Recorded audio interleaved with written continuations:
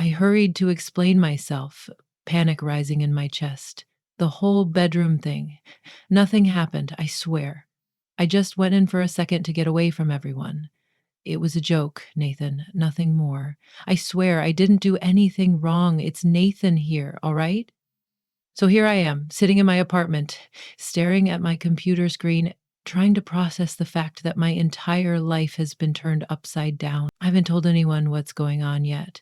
Not because I don't want to, but because I'm still figuring out how to even begin talking about this mess. People keep asking me what happened, what's going on with the wedding, and all I can do is shrug it off. But honestly, I need to let this out.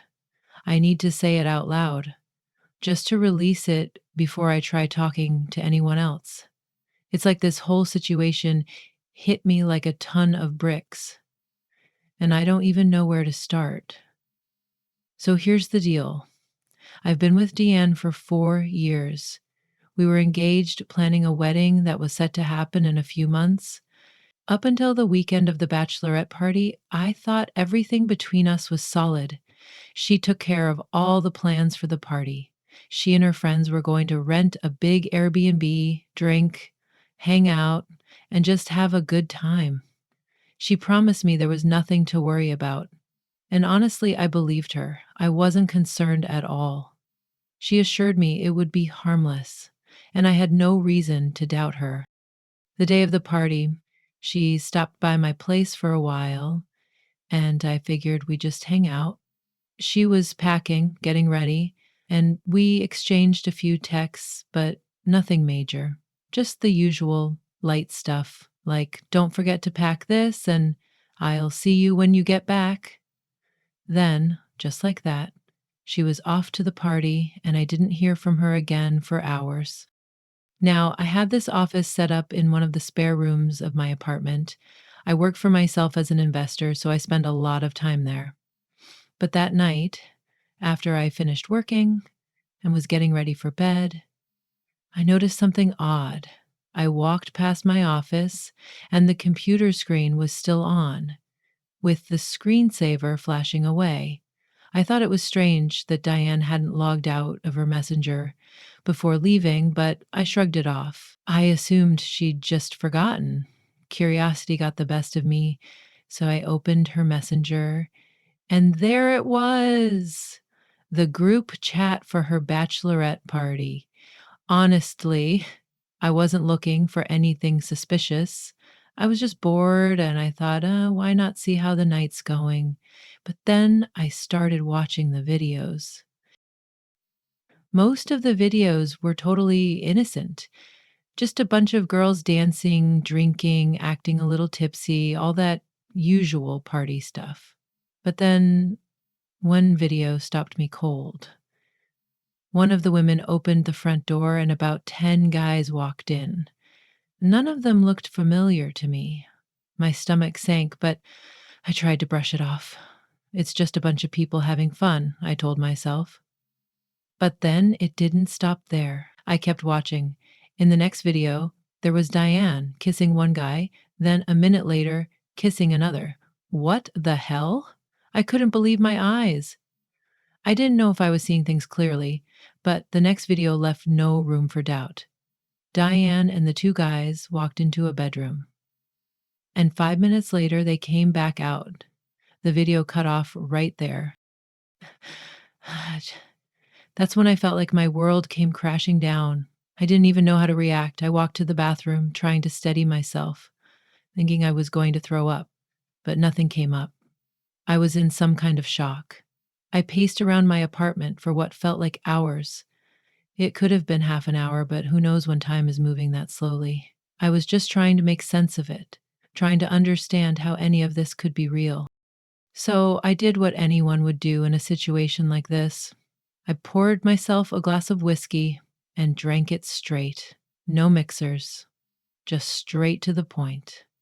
It didn't make me feel better, but it did take the edge off, at least for a little while.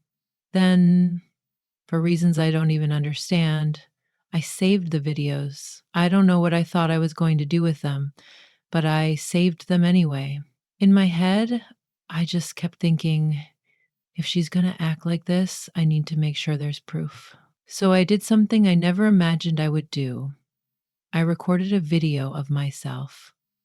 I hit record, and there I was, sitting in my apartment, watching the videos in the background. I looked straight at the camera and said, "Hi, this is Nathan, your ex fiance. Just wanted to let you know I saw the videos from the party and the wedding is off. Hope it was worth it." It felt final. It felt like it needed to be said. The words left my mouth and everything just clicked. There was no going back. And that's where I'm at now, staring at my phone, sitting in my apartment, realizing that everything I thought I knew about Diane and our relationship has been completely shattered. "Hey, it's Diane." I was shaking when I watched the video Nathan sent. My stomach dropped. The message was clear. The engagement was over. He didn't even give me a chance to explain. It felt like the ground had just disappeared beneath me. I tried texting him right away, my fingers frantic on the phone. "Nathan, please just listen. It wasn't what it seemed. I need to explain." But I got nothing in return, not even a single reply. I couldn't stop staring at the screen, waiting for something, anything. "Did you hear from him?" Rachel asked, looking at me with sympathy. "No," I whispered, feeling a lump in my throat. "He's ignoring me." Her face twisted into a frown. "That's not fair, Deanne. He can't just disappear like that." I nodded, desperate. I wasn't ready to give up. Not like this. Not without a fight. There we were, my friends, all on their phones, sending messages to Nathan, begging him to listen to her. She didn't mean for any of this to happen. You two were supposed to be together, but Nathan wasn't responding to any of us. It felt like he had already made up his mind, like he was gone.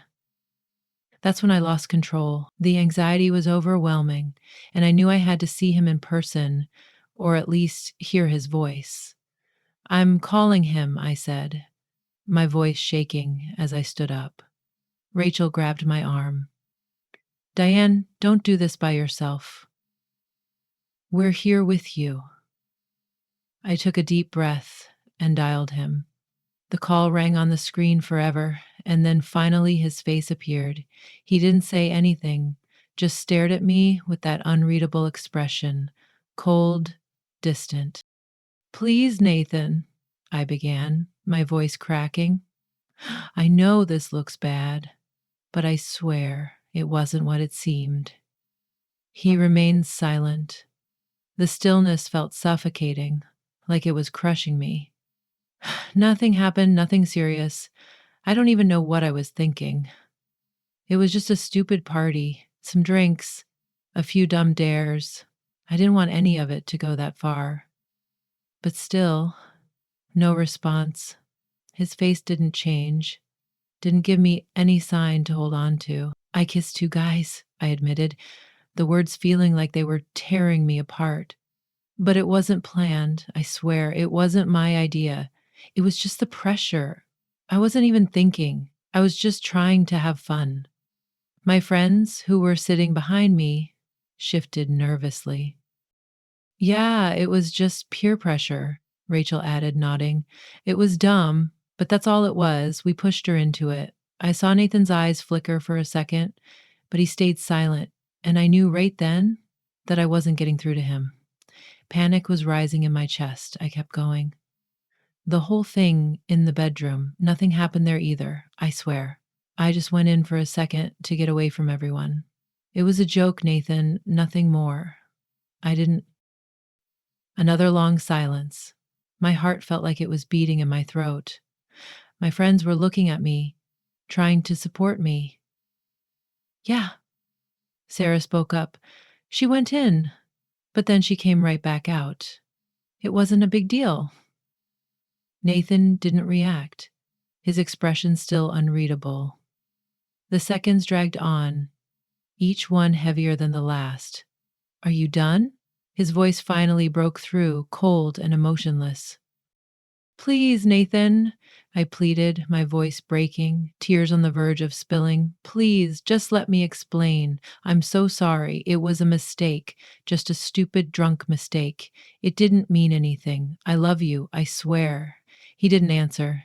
Is there anything else? He asked, his tone empty. I went silent. I didn't know what else to say. It felt like everything I said was pointless. I had already lost him, and no matter how many times I apologized, it wasn't enough. No, I whispered, the weight of everything crashing down on me. Nothing else. And just like that, the call ended. I sat there, surrounded by my friends' concerned faces, feeling emptier than I had ever felt before. After that call, all I wanted was quiet. Diana and her friends couldn't stop apologizing. It felt like a broken record, with the same excuses being repeated again and again. They kept trying to explain it away, saying it wasn't what it seemed, that she was pressured by her friends, that it was just a stupid mistake, Nathan. But no matter how many times they said it, it didn't change anything. I wasn't buying it. The more I stayed silent, the more frantic Diana became. The longer I didn't respond, the more desperate she got, repeating herself over and over, hoping somehow this time it would be enough. But all I felt was exhaustion. I reached my breaking point. I couldn't take it anymore. My patience had run out. I cut her off, my voice icy and sharp. Is there anything else you want to add? The words hung heavily in the air, full of finality. I could hear her inhale, probably preparing for another round of explanations, but I didn't give her the chance. I was done. She paused for a second before whispering, No, nothing else. That was it. I ended the video call right then and there. It wasn't just the end of the call, it was the end of everything. Us, the relationship. I had heard enough. I wasn't gonna let her keep talking in circles. There was no point in dragging it out. Without wasting any time, I updated my relationship status on social media to single. It felt good to make it public. It was done. No more hiding, no more second guessing. The wedding was officially off. I even mentioned returning the wedding gifts, just to make sure everyone knew I wasn't playing games. Deanna didn't take it well. She saw the post and immediately started texting again, insisting that she'd only kissed the guys, that nothing else happened. I could almost feel the panic in her messages, but it didn't matter. Her frantic responses didn't change anything. It was clear she still wasn't ready to face the full weight of her actions. She was still in denial, still blaming everyone but herself. And I sent her one final message. If I find out any of your friends are lying or manipulating the situation, I'll release the videos. You know exactly what I'm talking about. I wasn't threatening, I was just making myself clear. I had enough evidence to expose everything, and I wasn't afraid to use it if necessary. I wasn't going to let anyone twist the truth or make me the bad guy. The whole thing was over. The wedding was canceled. Diana was still trying to reach me, still sending desperate messages. But I was done. I had made my decision. There was no going back. I wasn't going to let her drag me back into her web of excuses. A few days have passed now, and the silence feels better. Everything has been called off. My family's been informed, the vendors notified, and all the wedding plans have been canceled. Diana is still chasing after me, still trying to fix things, but it's pointless. I've made up my mind. The wedding is off, and I'm moving on. I'm not sure when it fully hit me, but now it's undeniable. It's all over. The wedding, the plans, the future I thought I was going to have with Nathan. It's all gone. I gave back the engagement ring last week, and handing it over felt so cold. It felt like a symbol of everything I lost. I could barely even look at him as I did it. All I wanted was for him to understand, for him to see how sorry I was, but none of that seemed to matter. Then I moved out. All my things are packed, and now I'm staying with my parents. It feels like a huge step backward, a giant one. I'm not a teenager anymore, but here I am, back under their roof, trying to pick up the pieces of the life I destroyed.